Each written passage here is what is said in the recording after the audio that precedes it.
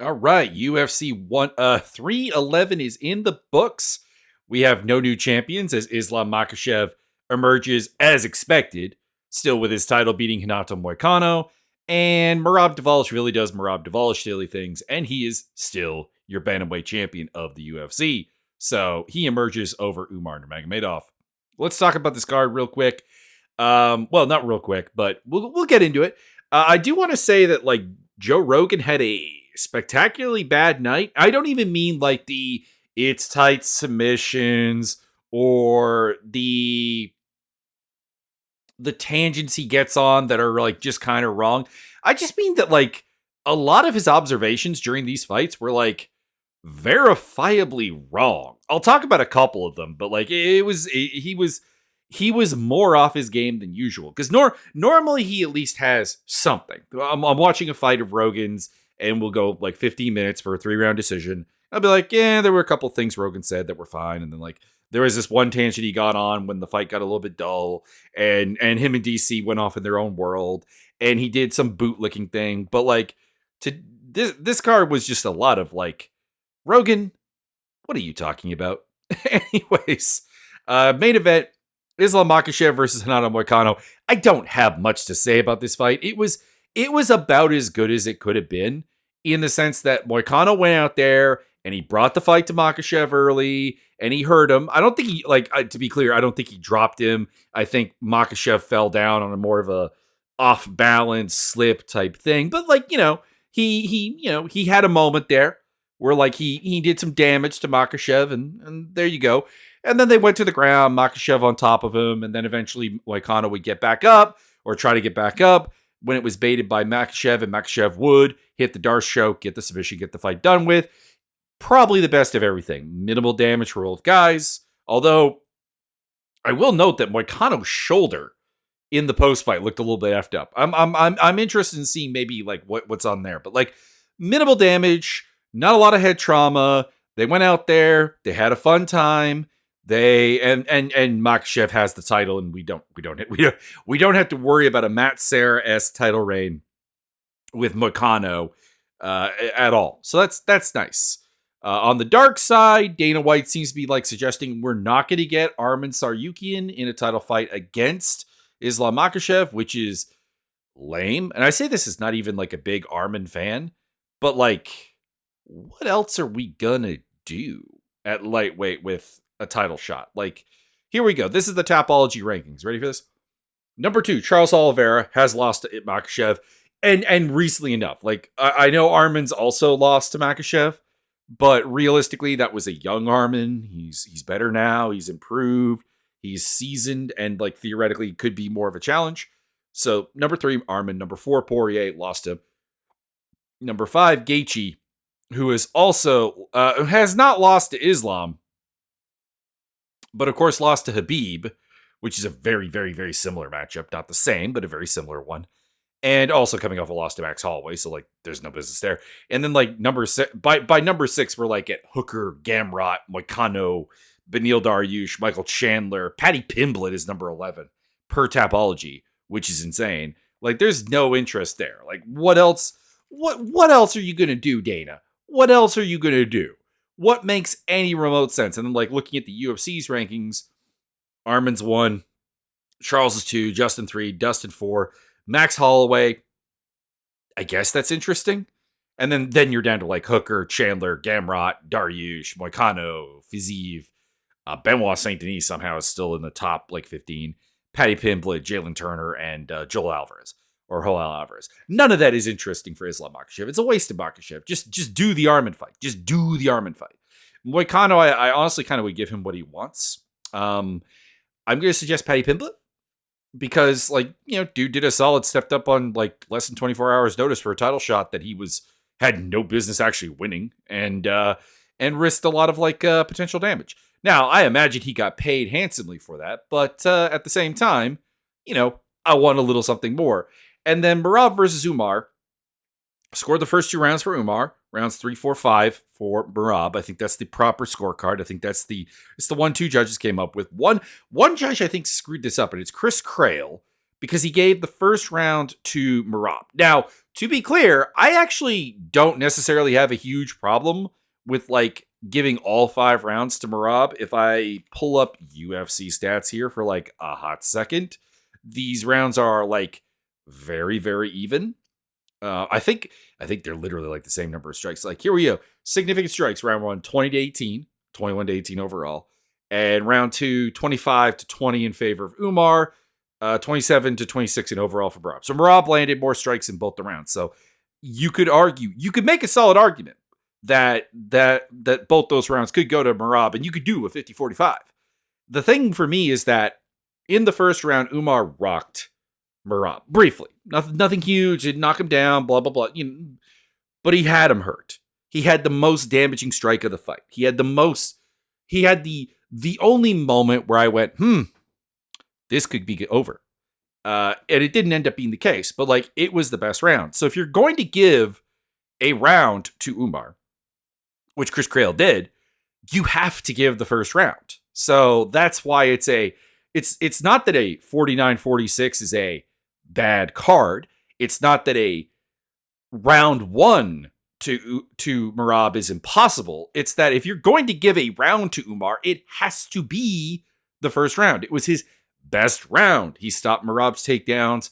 He hurt him. He landed a very, very similar output, much better strikes, etc. Boom, there you go. Anyways, there's not really much else to talk about this fight. Like, it was incredibly interesting. It was incredibly fun to watch. Go watch it.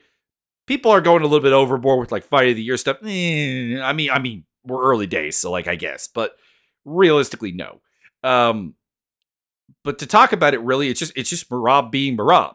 He brought the constant pressure, the intensity, the wrestling. I don't want to say nonstop because this wasn't like a Peter Yan Merab showdown, but he shot 30 times, which is insane. Still, in a 5-round fight, still that's more than 1 per minute. It's ridiculous. And got 7 of them. So he did the Merab things. He did his job. I got some money off of betting on him for an underdog. I thought it was weird he was the underdog because he is such a unique, singular force. Don't get me wrong, like a lot of people try to do what Merab does, including some people Umar has beaten, such as Ronnie Barcelos, who we'll talk about later, Saeed Yakub Kakhramonov, another example, even like some of the other like more you don't know them Dagestanis that he beat on his like very early career. These are all guys who try to do what Merab does. But Merab does it with such a pace, an intensity, a non-stopness that no one replicates. And I'm going to have to see it be defeated before I accept that it will be. Now, we've seen it lose. Obviously, Frankie Saenz beat him, and then the weird fight with Ricky Simon. But those are all pretty long time ago. And also, I don't know, the fact that Frankie Saenz is the last guy to legitimately beat Merab Dvalishvili is just so weird to me. It is so bizarre. It's so confusing. But yeah, that's really all I got to say. What are his other losses? Yeah, he lost to Ricky Banderas and like Darren Minna way back in the day before he got to the UFC. But like, that's it. I'm gonna have to see somebody do it to believe it, and that's why I was a little surprised. Like, I'm at like 2 plus 245. Anyways, plus 225. Pardon me. What's next? Merab sadly probably fights Sean O'Malley just because the UFC wants to do O'Malley in the title picture again. And the UFC really, really doesn't trust anyone to buy Merab's fights. So there you go. And for Umar, I've got Peter Yan because I think Umar versus Peter Yan is perhaps the most interesting fight you could put together in 2025 in the UFC. So please do that. And there's nothing better for them to do. Like, they're both not going to be getting a title shot because they both lost to Merab in like very similar fashion. Like, very much they were pressured, they were spam takedowns, they stopped a lot of them. They held them to a ridiculously poor percentage. Their takedown defense held up, but their offense was smothered. Umar may have hurt his hand in this fight. He did say something about breaking his hand. We'll see if that turns out to be true or whatever. Obviously, that could lead to some time off, but like the Peter Yan fight is, I think, an insane fight that I would really love to see. Yuri Prohaska versus Jamal Hill. This was this was about what I expected. I mean, it went longer in the sense that Prohaska was a little more selective about his strikes and was better defensively. Like, he actually moved his head. He actually slipped punches. Now, I will say this. There are people out there that are like very, very weird Jiri fans because they're coming after people on Twitter, including myself, for saying that like Jiri Prohaska has bad defense. They're like, what? He slipped some punches and it works. He wins. And it's like, my guys, Jiri Prohaska himself has talked about how he doesn't drill defense. Jiri Prohaska himself has talked about how he has bad defense. Jiri Prohaska himself has like admitted this. Like, you are defending Jiri Prohaska from Jiri Prohaska. Like, it's really weird. Man is 32 years old and he's just like now starting to work on boxing defense. Like, yes, he's bad defensively, but it works because he's got a really great chin and he's got really good eyes. He sees things coming. And if he can create chaos, he is incredibly good at it. And that's what he was able to do a lot. Like with Hill, it was a lot of, it was like when they were like being relatively tepid in their work, I guess. Hill was fine. Like in the second round where things stayed, a little bit like a little bit of a simmer. Hill probably won that round, maybe. I think I scored it live for Jiri, but like looking at the stats now, it landed 38-22. Good example of that. But when things got chaotic in the first round and the third round, Jiri knocked him down. Jiri knocked him down like 3 times in this fight and eventually finished him. And yeah, got the job done. I said that coming into this, one of these guys was going to get knocked out and that I thought it would be Jamal Hill. And we got that. And again, Hill's defense, like, this is the thing. Like I want to be clear on this. This is not like a Jiri hating stance to saying he has bad defense. Jamal Hill has bad defense. This entire division has pretty god-awful defense. Like, looking up and down the 205 division, let's see here.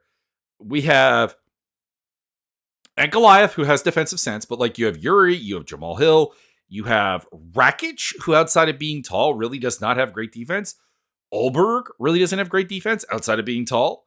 Nikita Krylov is defensively devoid as all heck. He's like he makes up for it with just like raw aggression. So like, and then Johnny, let's not even get started on Johnny Walker.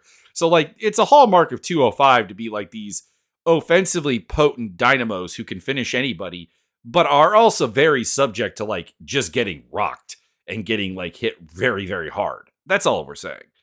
After the fight, Jiri called out Alex Pereira. I don't think you're going to get that. And Magomed Ankalaev is officially booked now. So, So I've got the winner of Jan Blachowicz versus Carlos Ulberg. And then for Jamal Hill, I've got Khalil Roundtree. You could also do Roundtree versus Prohaska as well. Like that's on the table as well. Like these are all fine fights. 205 is a fun, destructive, but also very flawed division right now. Gelton Almeida and Sergey Spivak. Spivak managed to get Almeida down and got on top of him for a bit, but he did get swept. There was a reversal by Spivak. Almeida got back on top. Almeida on the feet started to actually, throw some punches and actually hurt Spivak standing and then took him down and then got on top, got his back and pounded him out. And that was about it. So Gelton Almeida with a great performance. At this, like, highlighting his issues as well, because like when he did get, he can be taken down. That's the thing, is like he's not impossible to take down. It's just heavyweight is devoid of like takedown artists, and so is 205. And but at the same time, he actually like showed off some striking. Finally, he made his dad really, really proud by having the confidence to just throw some punches. It wasn't great. It didn't look amazing, but this is heavyweight in 205, my guy. You just need to throw with some confidence, throw with some speed, throw with some power, and you'll be fine. Now, I do think he should really be cutting down to 205. I don't think that there's any point in doing the heavyweight thing because, realistically speaking, you're not going to get the belt. And I think you could legitimately get the belt at 205. Like, I actually do. Like, I'm not saying I would pick him to beat Alex Pereira or anything like that, but like, I could conceive of it. Like, in a division that is that bad at wrestling, that Almeida, whose wrestling is pretty reasonable and backed up by the athletic abilities to do it, could actually go a really long distance. But he continues to do the heavyweight thing, so I've got Cyril Gahn for him. And for Spivak, I have the winner of Gazi versus Peterson. Before that, we had the Hall of Fame induction, not so much induction, but announcement for Craig Pilligan. He's the guy behind The Ultimate Fighter, reality TV executive, producer, etc. So, if you don't know him, don't worry about it. And they also announced DC versus Chael as a tough coaches pairing, which I still won't watch the season, but that is an interesting pairing for coaches. They're guys who are going to be funny, and they're also guys who have a proven track record of actually being able to coach. So there you go. Kevin Holland versus Reiner de Ritter was Kevin Holland doing Kevin Holland things. He got taken down. He got he just got out grappled. He got smoked on the ground by Reiner de Ritter, which is no shame. Reiner de Ritter is a very good grappler. That's all he's got going for him. But it is painful to watch Kevin Holland at this point because he should be so much better. Anyways, de Ritter versus Jack Hermanson would be a either really fun grappling fight or a really boring kickboxing bout as Hermanson just avoids actually exchanging as a grappler with de Ritter. Or you could do Kevin Holland. You could do him against Roman Dolidze, and I do not care about Kevin Holland. He has frustrated me for so long that I can't summon it. I can't get it. Don't get me wrong. He'll be in the UFC. Dana White kind of likes him or hates him, depending on the day. And he's exciting. He's fun. He'll do the UFC a solid by taking late notice fights. So he'll still be around, and he's still he's good enough. It's frustrating the decision making that he brings to the table. Peyton Talbot versus Ronnie Barcelos was labeled as a fraud check. Now, I want to be clear on this. I hate the fraud check terminology because I don't think that you could be fraud checked on one fight. That's my personal opinion. Fighters, particularly young fighters with 0 losses, they're going to lose at some point, unless you're John Jones. And you're going to learn from that, or you're not going to learn from that. And to me, the fraud is not learning from that. So Peyton Talbot went out here, and he clearly lost round 1 and 3. Got taken down, got worked on the ground by Ronnie Barcelos. Round 2 was competitive. Barcelos had takedowns, I want to say 3 or 4. But he did very, very little with them. Let's see here. Let's consult the UFC stats here real quick. Talbot versus Barcelos. Here we go. Yeah, round 2, he had 3 takedowns for 2 minutes and 35 seconds of top control, but he did very, very little with it, and I think Talbot did more damage. So I scored the second round for Talbot. I could see, obviously, giving the round to Barcelos, which all 3 judges, Chris Lieben, Jonathan Romero, and Chris Crail, did. I'm interested which round was the 10-8 for Crail. I'm imagining the third round. That was the best. It's kind of weird because the third round is the best round of a lot of the best work that Talbot did, but also the best work that Barcelos did. In short, I don't think that there was a 10-8 in here, but anyways. I'm not really going to talk much more about the fight because, essentially it was Barcelos bringing a powerful and determined wrestling game to him and getting him down, which anyone who has watched his previous fights knew he was somewhat vulnerable to, because, Nick Aguirre even got Peyton Talbot down. Now, the question here, and the reason I am hopeful, is that when things were going bad for Talbot, he didn't give up heart, he didn't get desperate, he didn't start doing dumb stuff.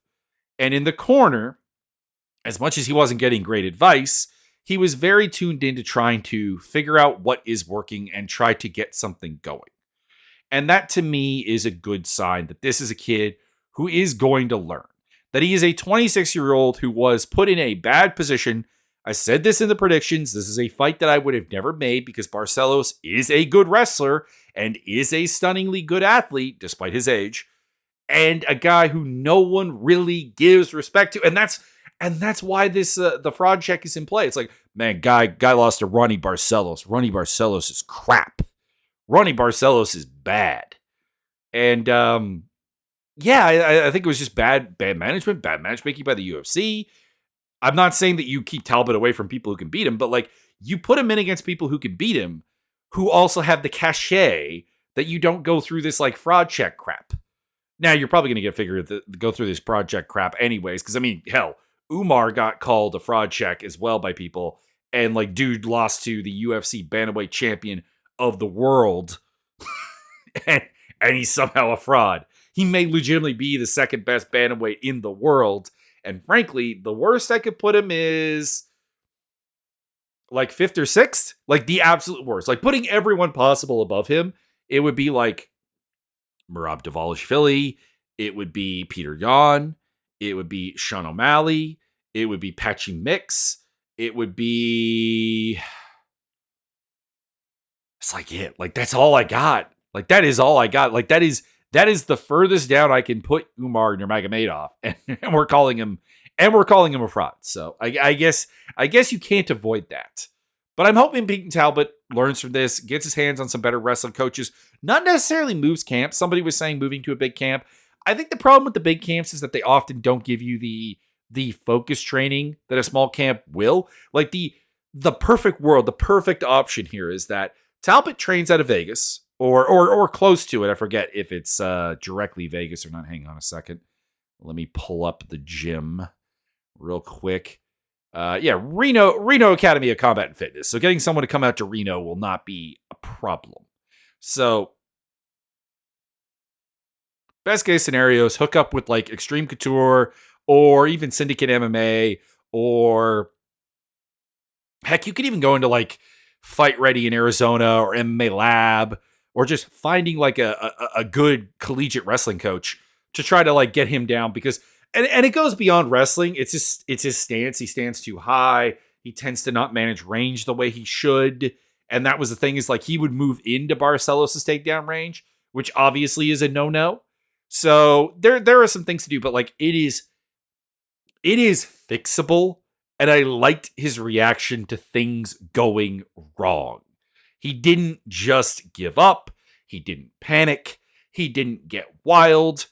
And that to me is a positive in a negative result. Obviously, he lost, and that's not great. But I do believe that there is still potential for Peyton Talbot to be very, very good.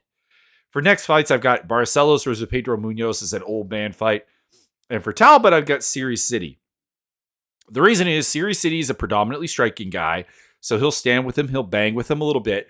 But after seeing this, City does have enough of a grappling game that he'll probably also try to wrestle him. So it's like a very training wheels version of this question. And a guy coming off of a win who has, admittedly, not a lot of hype, but like some hype. And you could put him in there and like see what happens. And really hope that Talbot wins. I guess that would be the problem. So if you wanted to go with someone more proven, more safe in the sense that what happens if he loses? Let me pull up bantamweight here for a hot second on Tapology. I was really happy with the Series City fight, and now I'm like questioning it. You could do Muin Gafarov, who we saw earlier in this card. We'll talk about in a bit. You could do Brady Hiestand, who I'll talk about in a bit. You could do the Mongolian Knight Haile Alatang. So like there are options. There are people to put in there that will ask some of the questions, but also be winnable for Talbot. So there you go. That's what I would do. Zach Reese versus Azamet Bakoyev. I've really got to master the oi sound that some of the Russian names have, because I keep butchering it. And it goes beyond Bakoyev. So, anyways, that's my lesson there. Yeah, Reese is bad. Reese is really, really bad. He got taken down and he's like trying to do like these really lazy arm bars, and it's like, dude, this is not happening. This is not happening at all. And then he gets ground and pounded, has no defense. He's just kind of laying back there looking to try to secure wrist control. And it's just like, dude, do something. Try to get up. You're huge. You're huge and clearly like very strong, very physical. What are you doing? And then like, no, he just gets wrecked, just gets beat down. And to make matters worse, the referee like speared him when he was trying to stop the fight. It was bad. Do I have any faith on Bakoyev that I didn't have coming in? Because I picked Reese. Not really, but I still think Bakoyev is too small to be like a wrestling heavy middleweight. He's a good wrestler. He's got a good approach to things. He's got even some decent stand-up. But I do just think that like between his lack of durability, because like dude gets hurt a lot, and the lack of size, I still don't think he'll be doing things. I think this is more about Zach Reese just being terrible. I've got Pokoya versus Dustin Stolfus, who's another guy I don't believe in. There you go. Might as well put them in there and see which one I don't believe in works better. And Reese, I've got against Treson Gore, who's just very, very raw, but very athletic. Bogdan Gushkov versus Billy Elikana. This was like, okay, so this was like the one I'm going to bring up about Rogan, because round one, Elikana comes out. He takes down Gushkov because Gushkov has bad takedowns, defense. Terrible TDD. He gets away with it because 205 is the land of non-wrestlers.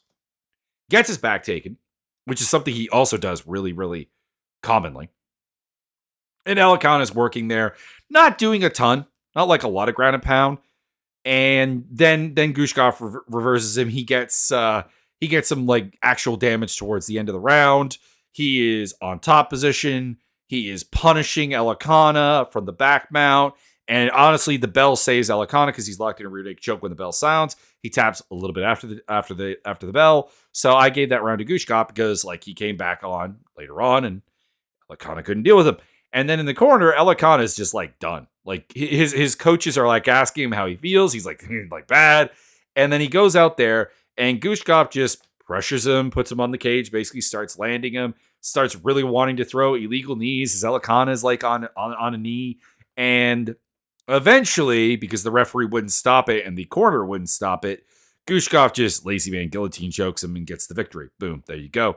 Done. Now, where the Rogan thing comes in is that, like, there was a bit in the second round where Rogan's like, oh man, Elikana is so gay. But it's like, no, every fiber of this man's body, every fiber is telling him is begging the referee to stop the fight so that he doesn't have to tap out or give up. Like, he was just done. He knew he was done. There was nothing about it beyond like just basic physical durability that he didn't want to like go on. He didn't want to like fake going unconscious. He wanted the referee to save him, and the ref just didn't. So that was hilarious. And yeah, that's about all I got to say about that one. Gushkov, I got against Justin Jacoby. Elikana, I don't know. He's not a bad fighter. He's not a stupid signing or whatever. I just don't think he's very good. At 185, he might be able to do some damage. At 205, he's too small. Weighing at 200 pounds for this fight. Don't know what he's doing at 205. He's been at 205 on the regionals. It's weird. Like, it's like he's trying to get back to 185. And I assume he'd be ready because a 15-pound cut from 200 pounds, that's nothing weird. Like if I pull up my, I keep a record, and I don't have this fight's numbers. This fight card's numbers from California. They do the in-cage weights though. So let's see here. If I look at 185, what's the average? At 185, the average cut is from about 201 pounds. So yeah, there you go. Bingo. The highest I've got on here is 215. That's Paulo Costa. Huge. And the absolute lowest is 194 pounds. That's Roman Kopylov, who frankly I think would probably make welterweight. So there you go. So yeah, get your butt down to 185, and maybe you can do something. Give him a Contender Series guy, and that's about it. Grant Dawson, Carlos Diego Ferreira. Grant Dawson did Grant Dawson things. Like, there's nothing really to say about this. It's kind of like anytime Merab wins, like, you know what it looked like before I even, I tell you that they won, and you know exactly what happens. Dawson got a bunch of takedowns. He got top position. He got control. There was some ground and pound. It wasn't super exciting. He didn't take risks, which he doesn't really do. I had a lovely just conversation with someone on Twitter about like his fight IQ. They're like, he has the worst fight IQ ever. I'm like, nah, he just has risk adverse fight IQ. Like, it's the right decision. Like, even at 40 years old, Carlos Diego Ferreira is like a really dangerous grappler. Don't do dumb shit. But it's not going to endure you to the fans at all. Like, in no way, shape, or form should this endure him to the fans. Anyways, he offered to take a fight with Beneil Dariush because Beneil Dariush got left off this card because Renato Moicano being moved up to the main event. And, it was a good promo. It's just, I have no interest in seeing you fight Beneil Dariush. I don't think anyone does. So anyways, I don't have an opponent for him because everyone that makes sense, Paddy Pimblett, Beneil Dariush, looking at the UFC's rankings here real quick, because he should be getting a ranked fight, realistically. You'd be looking at, like, should Joel Alvarez have kept a fight with him? No. Should Jalen Turner? No. Should Paddy Pimblett? No. Should Benoit Saint Denis? No. Should Rafael Fiziev? No. Should Hernando Moicano? Well, no, they're teammates. Should Dariush? No. Should Cameron? No. Chandler, Hooker, etc. So, like, there's nothing really for me to do because, like, I don't especially want to see him fight anyone appropriate, and there's no way that they should want to take that fight.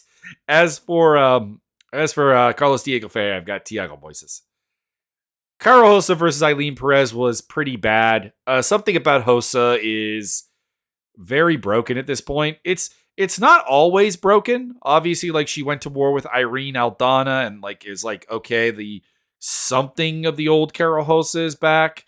But there was also the fight with and there was a fight with Penny Kianzad where she did fine as well, and Yana Santos. But, like, the Norma Dumont fight, this fight, the Sarah McMahon fight, even the Lena Landsberg fight, it's like, if you can make her worried about the clinch and the strength game ever since Sarah McMahon, you kind of shut her down, and that's what happened here. Now, I do think Hosa won the third round. By the way, I should mention, I still have not seen the second round of this fight. I have no interest in seeing it because, looking at the stats here, Perez landed 27 strikes to Hosa's 45. Significant strikes were 16-11 in favor of Perez. Perez got a takedown and had a minute and 50 seconds of top control. So I'm assuming that Perez won that round. And it was only in the third round where Hosa managed to keep things standing and, like, actually get some things going. But even then, she still only threw, like, she only landed like 27 strikes still. Like, she needs to find herself again. It's not too late. She doesn't look physically washed, and she's only 30 years old. But she's got to find the confidence to actually, like, commit to doing, like, her thing. And for Perez, it's like, I still don't think she's very good. But hey, she woman handles people. She's really strong. She's developing some different takedown looks and some ideas. So it's working. I don't know what to do. I got Perez against Irene Aldana. I've got Caro Hosa against Nora Cornole. I think that would be a really fun fight, actually. And it'd be a fight that probably wouldn't play into her, like, fears and neuroses. So there's that. But you could also do, like, Melissa Dixon / Mullins. I forget which is her actual name right now. I know she came in with one name and it's a maiden name and then she got married. I honestly forget. I forget the order. I forget, was she Melissa Mullins and became Melissa Dixon? Is she Melissa Dixon and she became Melissa Mullins? What does the UFC have? I guess that would be the question. The women's bantamweight. Is she ranked? She's not ranked. That's not helping me. Did she lose to someone ranked? I guess that would be the other question. Man, Julia Avila is still ranked. Oh boy. That is a thing. How is Nora Cornole not ranked? Oh my God. Anyways, that's an option. I'm not going to waste any time on that. Moving on to Rinya Nakamura versus Muin Gafarov. This was Nakamura actually being fraud checked. I know I said that a fraud check usually doesn't happen for one fight, but that's because I when somebody is confronted with something new that they're weak against, I give them a benefit of a doubt that it is now time to learn. Rinya Nakamura has been doing everything wrong. Rinya Nakamura is a really good wrestler. We're talking an Olympic level Japanese wrestler who has all the athleticism you could ask for. He has some aggression and, like, a lot of dynamicism to his striking. And he's developing this feint heavy, back foot, you come to me style. It's not going to work because it doesn't lead to his wrestling at all. He went into this fight, he was getting outstruck pretty much the entire time by Muin Gafarov, who is not a good striker, not a particularly good one. Got knocked down in the second, got pretty badly hurt in the first round too. Got it landed 42-14, 17-9, and the third round was close, I guess, in the terms of that. It was the best round for Nakamura. Dude has to, like, find something. Like, he needs to go back to the drawing board and absolutely just, like, ditch his coaches, I guess. They were giving him some good advice in the corner, and then he wasn't doing it. So maybe it's not just that, but like you're developing the wrong game. Like that's the fraud part. You're not building on your A game in a manner that actually works. Anyways, Gafarov against Brady Heastan, Nakamura. I have no interest in seeing fight until he figures some shit out. Like there's a lot of potential in this guy. We may in like 3-4 years be talking about Rinya Nakamura as a really good fighter, a very good fighter. The building blocks are there. But this was terrible. Bernardo Sopai versus Ricky Turcios. Bernardo Sopai did basically kind of what I expected. He pretty much owned Turcios on the feet. I know Turcios landed more strikes, and DC was in love with it and going, man, I don't know. Maybe he won that round. Maybe, like look at the graphic. The graphic says he landed more strikes. Yeah, they were empty volume. That's what Turcios does. Like I would be very, very surprised if like we really ever get Turcios out like landed by somebody. Hang on. Has that happened? Ricky Turcios, UFC stats, please. He outlanded. Oh well, Sapai ended up actually outlanding him. And I guess, but like he outlanded Raul Rosas in terms of. Hang on, I should be looking at total strikes. Yeah, Turcios outlanded Sopai. He he outlanded Raul Rosas Jr. He outlanded Kevin Natividad. He outlanded in. Oh, no. Yeah, he had that really, really weird fight with Ayman Zahabi where he's just missing the entire time and literally hit like 10% of his strikes. All right, that would be the exception. And then like Brady Heastan outlanded him 201 to 82. And then Boston Salmon, he outlanded him 130 to 66. But there's nothing to them. There's no power. There's no effectiveness. It's very empty volume. And he's very bad at striking. The only things he's got going for him is the fact that he has an incredible gas tank and he is fearless. Like he is that intense, unbreakable mental fighter. And he's a really good scrambler and counter wrestler. And so Pai just, for the most part, did not wrestle with him. Like there was a pretty good moment here. It was in the first round or the second round. I'm looking for my notes here. No, it was the third round. Where Sapai dropped Turcios and he starts like actually like pounding him out, trying to pound him out and like actually avoiding the grappling. Like that was perfect. That was beautiful. Eventually Turcios did like scramble to like, make it into a scramble. But, for the most part, he just, I don't need to grapple with you. And if you don't need to grapple with Turcios, you'll probably be able to win. There you go. That's all there is to it. And you got the win here. By the way, Turcios' corner does not know who Ricky Turcios is.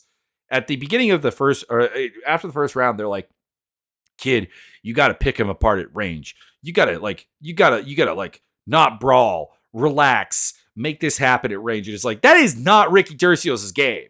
I understand that he is 5'9" with a 71-inch reach at bantamweight. I get that. I understand that. But that is not his game. He needs to brawl. He needs chaos. So, yeah, he needs a new corner. I don't have an opponent for him because he's just not much of a test. And then for Sopai, I've got Daniel Willie Cat Santos. Tadru Ulanbekov versus Clayton Carpenter. Carpenter was too willing to play bottom game. That's basically all it was. Like when he got going on the front foot on the striking, he was actually beating Ulanbekov quite a bit because Ulanbekov's not very good on the back foot. Like he's got like some sharp counter stuff, but like he is not comfortable and his footwork is all wrong and he just ends up in bad positions a lot when he's forced onto the back foot. So when that happened, Carpenter had success, but he got taken down a fair bit. He got controlled on the ground.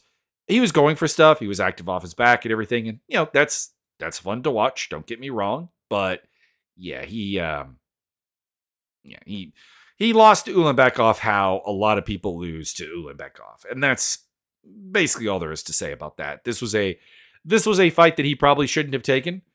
Again, his management should have been looking out for his development. He's lost his O to a guy that I don't think people really have the full appreciation for how good he is, despite the ranking. Because the UFC treats Flyweight really poorly, which brings me to my first Rogan problem of the night. Rogan was like, this fight being the first fight of the night, it proves the depth of this card. No. It just proves how much the UFC doesn't respect flyweight. Like, they put this fight on before Sopai Tercios, Gafarov Nakamura, Perez Hosa, Gushkov Elikana, Bakoya versus Reese. Those are all fights that should have been below this fight. And to be honest, even probably others. I probably, like, in a perfect world, here we go. Structuring this card properly. All right. Top of the card, title fight, Prohaska versus Hill. Perfectly fine. Almeida versus Spivak, I guess, still stays there. DeRitter versus Holland. All right, cool. Awesome. Ulanbekov versus Carpenter is like the second last prelim. Like, I'll put Talbot Barcelos in the top spot because Talbot's the draw, even though he hasn't achieved a lot. Like, I understand that. It's marketing.